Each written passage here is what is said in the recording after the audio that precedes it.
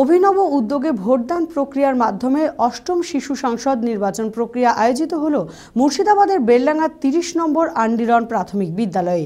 সকাল থেকে বিদ্যালয়ে ছিল ভোট পর্বের ব্যস্ততা। ৫টি মন্ত্রী পদে মোট ২০ জন প্রার্থীর চলে নির্বাচন। বিদ্যালয়ের সকল পড়ুয়ারা সক্রিয়ভাবে অংশগ্রহণ করে এই নির্বাচন প্রক্রিয়ায়। এদিনের এই ভোট পর্বকে কেন্দ্র করে সকল পড়ুয়াদের উৎসাহ ও উদ্দীপনা ছিল চোখে পড়ার মতো। মুর্শিদাবাদের বেলডাঙ্গা ৩০ নম্বর আন্ডিরন প্রাথমিক বিদ্যালয়ে আয়োজিত হল সাংসদ নির্বাচন প্রক্রিয়া। মোট ভোটার সংখ্যা ১১৪ জন।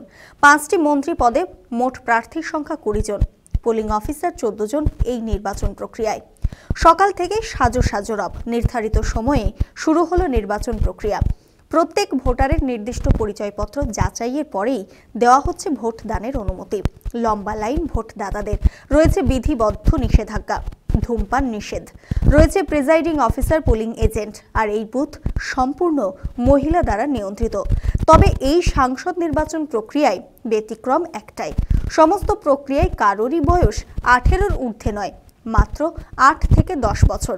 এইভাবে অভিনব উদ্যোগে ভোটদান প্রক্রিয়ার মাধ্যমে অষ্টমতম শিশু সাংসদ নির্বাচন প্রক্রিয়া আয়োজিত হল মুর্শিদাবাদের বেলডাঙ্গা ৩০ নম্বর আন্ডিরন প্রাথমিক বিদ্যালয়ে। বিদ্যালয়ের সকল পড়ুয়ারা সক্রিয়ভাবে অংশগ্রহণ করে এই নির্বাচন প্রক্রিয়ায়। গণতন্ত্রের প্রতি মানুষের আস্থা ফেরাতে অভিনব উদ্যোগে ভোটদান প্রক্রিয়ার মাধ্যমে প্রাথমিক বিদ্যালয়ে শিশু সাংসদ নির্বাচন প্রক্রিয়ার ব্যবস্থা করা হয়। পার্শ্ববর্তী গ্রামের নওপুকুরিয়ার নতুনপাড়া প্রাথমিক বিদ্যালয় ও মনীন্দ্রনগর নিগরবালা প্রাথমিক বিদ্যালয়েও অংশগ্রহণ করে। আর এই নির্বাচন প্রক্রিয়ায় অংশগ্রহণ করতে পেরে খুশি সকল ছাত্রছাত্রী। নিজেরা মন্ত্রী পদে প্রার্থী হতে পেরে ও ভোট দান করতে পেরে অত্যন্ত উৎসাহিত তারা। আমি তৃতীয় শ্রেণীতে পড়ি। আমি ভোটে দাঁড়িয়েছি খাদ্যমন্ত্রী। আমি ভোটে জিতব।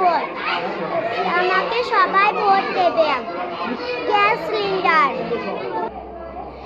কারণ সেটা প্রত্যেকেরই প্রয়োজন। বিদ্যালয়ে শিশু কেন্দ্রিক ভাবনাকে স্বাগত জানাতে এই উদ্যোগ বলে জানান বিদ্যালয় কর্তৃপক্ষ। ছোট থেকে গণতন্ত্র প্রয়োগের সমস্ত প্রক্রিয়া জানতে পারছে শিশুরা।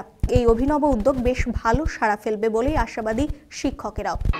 না, এটা দারুণ একটা বিষয়। এটা আলোড়ন সৃষ্টি করার মতো একটা জিনিস হচ্ছে এই যে ছোট থেকেই গণতন্ত্র কিভাবে প্রয়োগ করতে হয় সেই বিষয়গুলো ছোট ছোট শিশুরা জেনে যাচ্ছে। এটা একটা দারুণ সাড়া ফেলবে এবং আলোড়ন ফেলবে, এবং এটা একটা অভিনব পরিকল্পনা। এবং রাজ্য জুড়ে যদি সব স্কুলে আমরাও যেমন এখান থেকে শিক্ষা নিয়ে গেলাম, আমরাও আগামী দিনে এরকমভাবে আমরা শিশু সংসদ নির্বাচন করব। এটা একটা দারুণ বিষয়। বিদ্যালয়ের প্রধান শিক্ষক বিশ্বজিৎ দত্ত জানান, গত 2012 সাল থেকে বিদ্যালয়ে শিশু সংসদ সংগঠিত হয়, কিন্তু প্রথম বেলডাঙ্গা আন্ডিরন প্রাথমিক বিদ্যালয়ে নির্বাচন প্রক্রিয়া সংগঠিত হলো। পড়ুয়ারা স্বতঃস্ফূর্তভাবে অংশগ্রহণ করেছে এই ভোট পর্বে।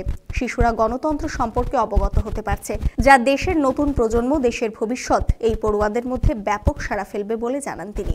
সংসদের মাধ্যমে এখানে 5টা মন্ত্রী থাকে, প্রধানমন্ত্রী, খাদ্যমন্ত্রী, স্বাস্থ্যমন্ত্রী, পরিবেশ মন্ত্রী, শিক্ষামন্ত্রী, এই ধরনের 5টা মন্ত্রী থাকে। বিগত 2012 সাল থেকে প্রত্যেকটা স্কুলে চাইল্ড ক্যাবিনেট তৈরি হয়েছে। প্রাথমিক এবং উচ্চ মাধ্যমিক প্রত্যেকটা স্কুলে চাইল্ড ক্যাবিনেট রয়েছে, এবং সাধারণত এটা সিলেকশনের মাধ্যমে করা হয়, ইলেকশন করা হয় না। প্রথম 30 আন্ডিরন প্রাথমিক বিদ্যালয় গোটা পশ্চিমবাংলায় ইলেকশন করিয়ে দেখিয়ে দিল যে না, ইলেকশন করা যায়। কারণ এই ইলেকশনের মাধ্যমে বাচ্চাদের মধ্যে যে গণতান্ত্রিক যে প্রক্রিয়া, সেই প্রক্রিয়াটা তাদের একটা ধারণা স্পষ্ট হবে, এবং তারা কোনো দিন 18 বছর যেহেতু পূর্ণ হয়নি, তারা ভোটাধিকার তাদের প্রয়োগ করা যায় না, তারা ভোট দিতে জানে না, তারা ভোট সম্পর্কে তাদের কোনো রকম অভিজ্ঞতা তাদের নেই। কিন্তু আমরা এই চাইল্ড ক্যাবিনেটের মাধ্যমে, সেই ভোটাধিকারের মাধ্যমে আমরা প্রমাণ করতে চাচ্ছি, তাদেরকে বুঝিয়ে দিতে চাচ্ছি যে ভোট কিভাবে হয়, কিভাবে ভোট দিতে হয়, সুস্থভাবে কিভাবে ভোট দিতে হয়। আর যারা ছোট ছোট শিশু, আগামীতে তারাই ভবিষ্যৎ, তারাই দেশের সুনাগরিক, এবং তারাই আগামীতে পথ দেখাবে সমাজকে। কারণ বিগত পঞ্চায়েত ভোটে সামান্য হলেও একটা গণতান্ত্রিক ব্যবস্থাতে একটু প্রবলেম হয়েছিল, ফলে ছোট ছোট শিশুর ক্ষেত্রে সেই গণতন্ত্রের প্রতি যে আস্থা, সেই আস্থাটাকে ফিরিয়ে আনার জন্য এই ভোট প্রক্রিয়াটা করা হয়েছে। দেখছেন টিভি 24 বাংলা। টিভি 24 বাংলার সমস্ত খবরের আপডেট পেতে ইউটিউবে সাবস্ক্রাইব করুন টিভি 24 বাংলা চ্যানেলটিকে, এবং সাবস্ক্রাইবের পর অবশ্যই বেল আইকনটি একবার ক্লিক করুন। কমেন্টস আর শেয়ার করতে ভুলবেন না। টিভি 24 বাংলা।